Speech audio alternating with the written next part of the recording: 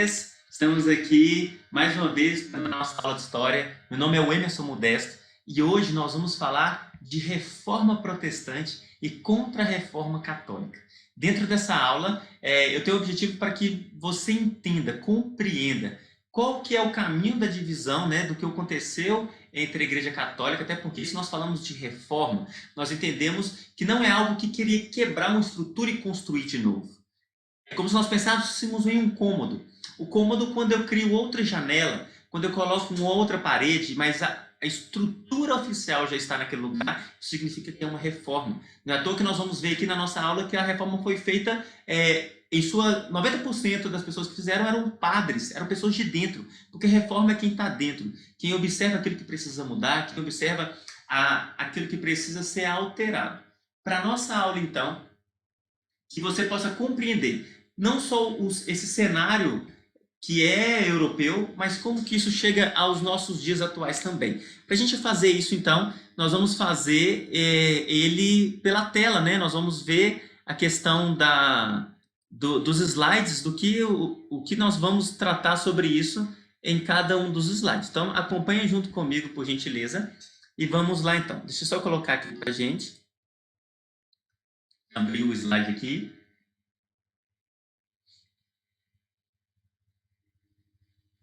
Isso. Demorou, mas abriu. Vamos lá, então. Nós vamos começar pela reforma protestante. Depois da reforma, nós vamos ver como que a igreja vai agir para conter os reformistas. Não tenho a pretensão aqui de esgotar o assunto, até pela amplitude dele e pela repercussão até na atualidade da reforma protestante que nós temos. Dentro desse panorama, então, nós entendemos que a reforma protestante ela também tem uma grande influência nas colonizações, né? Essa imagem vai representar um pouco disso, dos colonos ingleses chegando na América. E essa representatividade é porque grande parte dos colonos que fundaram o que hoje é os Estados Unidos, eles vieram por perseguições religiosas devido à reforma protestante. Vamos ver também, né, nós temos uma aula aqui no nosso canal, nas nossas videoaulas, que fala sobre as revoluções inglesas, que vai ter também uma repercussão dessa questão do anglicanismo e tudo mais. Enfim, vamos lá. Então, ela vai acontecer no século XVI. Propriamente, nós temos um ano que é 1517, dia 31 de outubro de 1517. No dia em que Martinho Lutero ele vai pregar a sua carta, as suas 95 teses, na porta da igreja de Wittenberg, na Alemanha. E foi um movimento de ruptura da igreja católica que deu origem às outras igrejas cristãs, como nós conhecemos elas até hoje.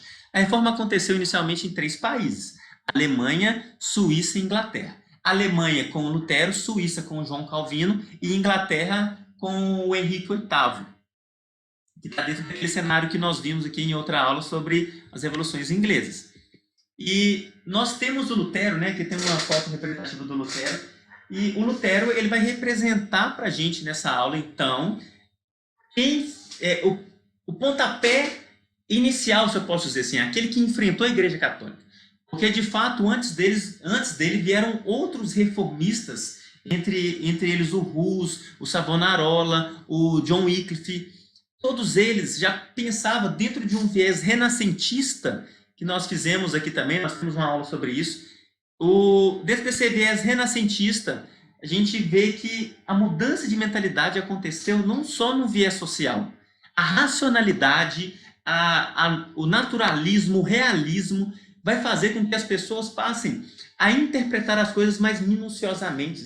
Algo que a Igreja Católica, nesse momento, ela fazia os seus cultos em latim, ela fazia as suas missas em latim, e ela não cedia a leitura das escrituras para todo mundo ver, ter acesso e interpretar. Ela era detentora desse saber, né, e da não divulgação.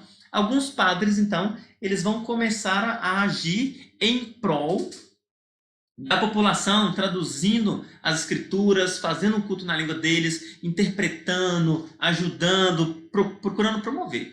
E o Lutero, então, ele vai ser essa pessoa que vai dar esse pontapé. Ele era um monge alemão, ele foi o primeiro reformador a ter sucesso, como eu falei com vocês. Ele não foi o único reformador.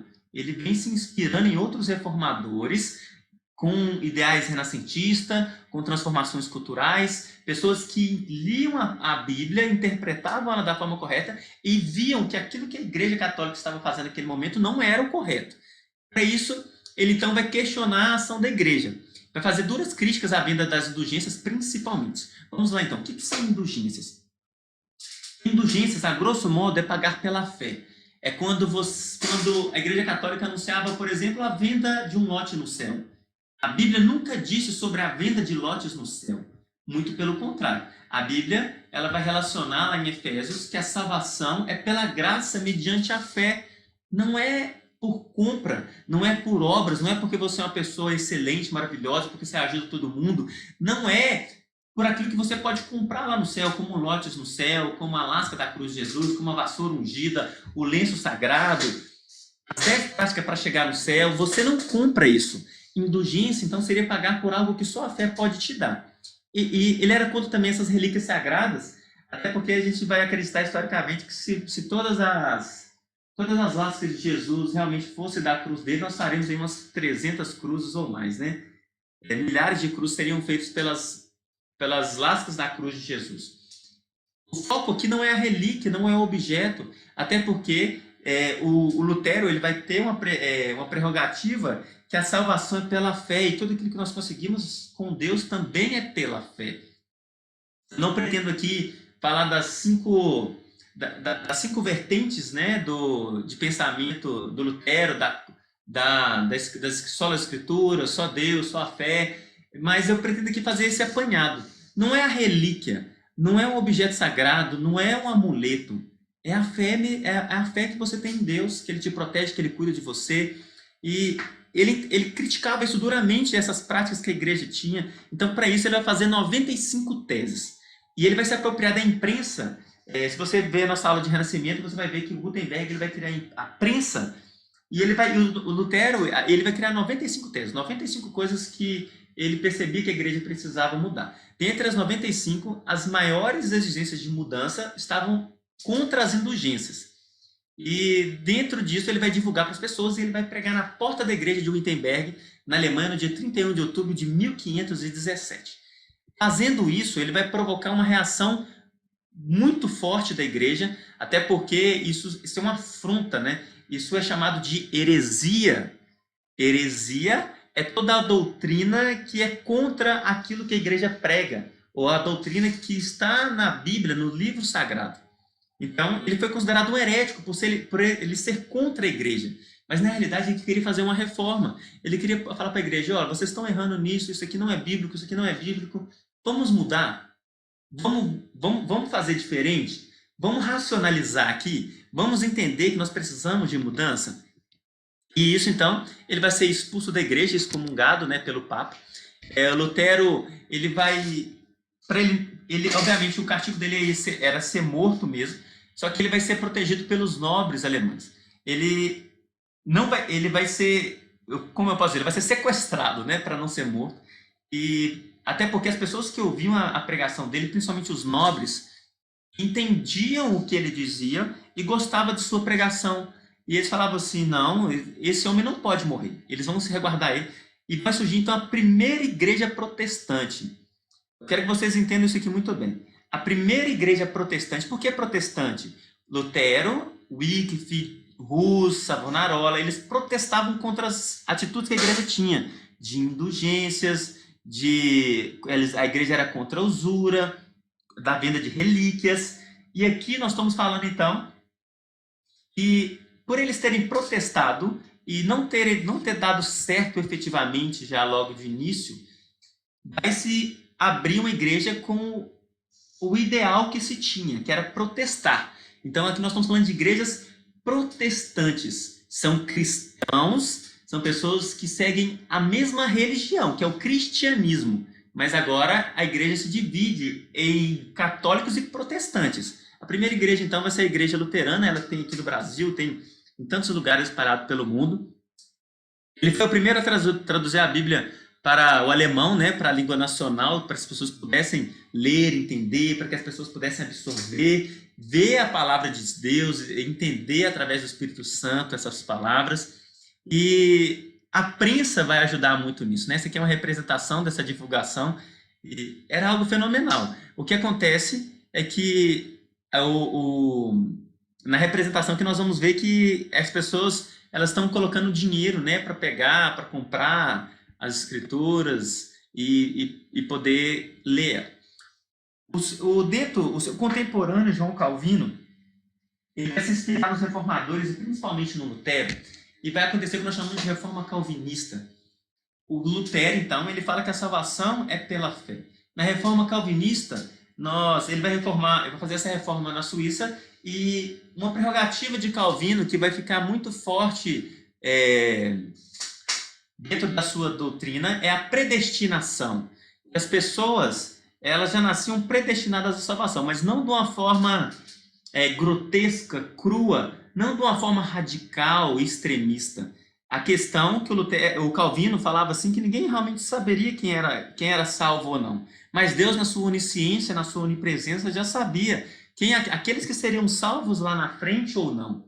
Então, o Calvino nunca falou para as pessoas não irem na igreja. O Calvino nunca falou para as pessoas abandonarem suas práticas religiosas. Ele só delimitava a visão que ele tinha com relação à onisciência e à onipresença de Deus.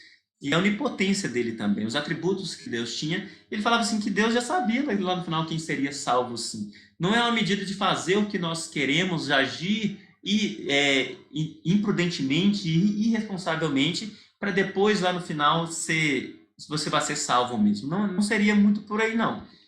O que vai haver controvérsias, né, nos nossos dias atuais, até porque a predestinação, os arminianos, que vão acreditar no livre-arbítrio, os calvinistas, que vão acreditar na predestinação, eles vão ter essas discussões até hoje, mas não pretendo entrar nelas aqui na nossa aula.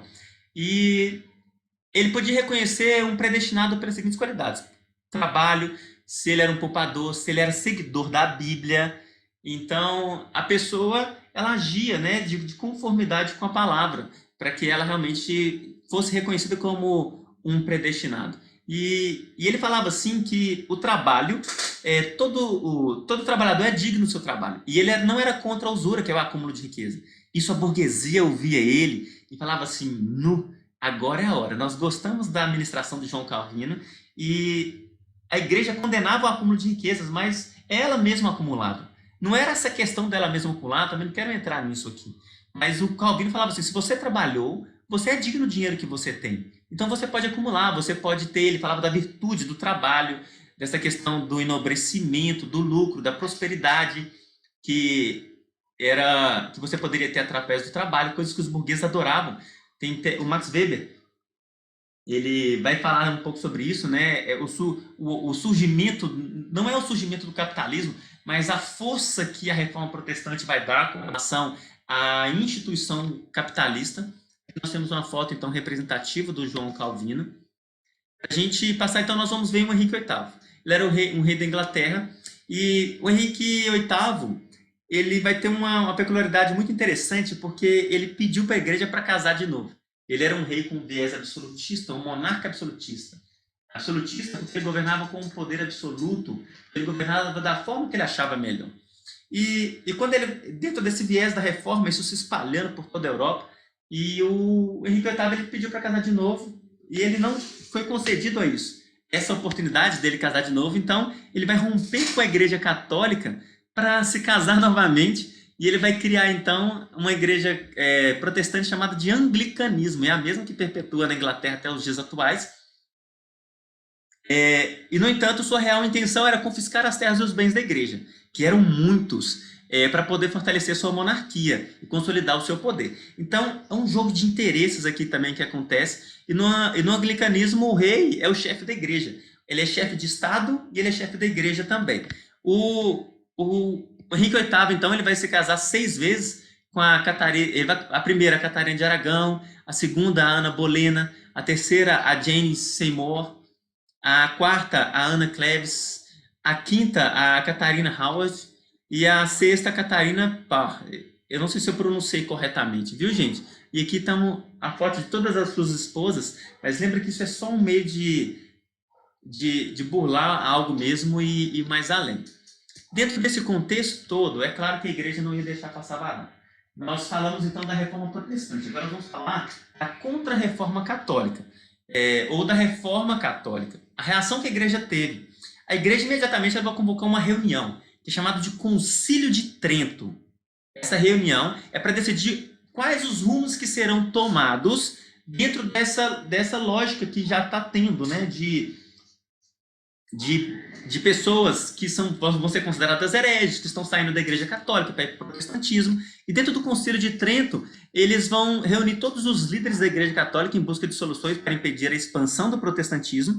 E as medidas que eles tomaram foram, né, aqui é um simbolismo da reunião que eles tiveram, e eles vão criar o Tribunal do Santo Ofício, que nós chamamos de Inquisição. A Inquisição, eram padres e tinha o objetivo de ir atrás de todos os protestantes, ou de todos aqueles que eram considerados hereges, persegui-los, matá-los e torturá-los para que eles mudassem, impedir mesmo esse avanço. O Santo Ofício, né, ser julgado pelas suas atitudes, aquilo que você fala. A igreja, então, se achou no papel de fazer isso. Vai manter os dogmas da igreja, que são os 7 sacramentos e a hierarquia do clero, e vai confirmar o celibato, né, do padre não poder casar, sendo que no protestantismo, né, isso não tem problema. Vai acabar com as indulgências, né, graças a Deus, era isso mesmo que o Lutero queria. Vai acabar com as indulgências, vai acabar com a venda de relíquias, com a simonia. Ele vai fazer aquilo que o Lutero já tinha falado antes, né? Vai criar a Companhia de Jesus, também conhecidos como jesuítas. Os jesuítas vão ter a função de espalhar o catolicismo pela América, espalhar o catolicismo pela Europa, e eles vão para difundir o catolicismo mais, né? Não é à toa que nós vamos interpretar aqui na América, nós temos aqui no Brasil faculdades jesuítas, nós temos aqui grande influência jesuíta, né, na história do nosso país, e isso vai fazer com que são medidas que a igreja faz para se reformar, para ela entender que aquilo que ela estava fazendo realmente não era correto. Dentro disso que nós falamos, então, nós vamos fazer um breve resumo aqui de tudo aquilo que foi falado. Agora sim. Só para a gente, então, entender, né, fazer um breve resumo, a reforma protestante e a contra-reforma católica, ela vai acontecer devido a esse cenário de renascimento intelectual, renascentista, que vai mudar o pensamento e vai mudar como as pessoas vão ver as coisas também. Dentro disso também nós interpretamos que há uma efervescência cultural, né, até para a exigência de mudanças e de um novo comportamento que deveriam ter. Isso vai proporcionar, então, a reforma protestante. A reforma protestante vai ter seu ápice com o Lutero. Os 3 principais é Lutero, Calvino e o Henrique VIII, que nós vimos aí. Isso vai repercutir por todo o mundo, e eles vão se espalhar por todos os lugares. E dentro do calvinismo, por exemplo, nós temos os anabatistas, os presbiterianos, os metodistas. Eles vão ter essa vertente mais calvinistas, e isso vai dar os nomes às igrejas protestantes que nós conhecemos hoje. E a igreja, como uma forma de reprimir e não fazer com que isso fosse além, eles vão fazer a contra-reforma, onde eles vão criar o Index Librorum, que é a manutenção, a oficialização das escrituras, assim como ela é, os 7 sacramentos, vão criar o Santo Ofício, vão criar a Companhia de Jesus, tudo formas de conter esse avanço e de se adaptarem também à nova realidade que eles estavam. Espero que vocês tenham entendido, espero que vocês tenham compreendido a nossa matéria, espero que vocês também vejam nossos próximos vídeos aí e possam ficar à vontade aí para compartilhá-los também. Até mais, muito obrigado.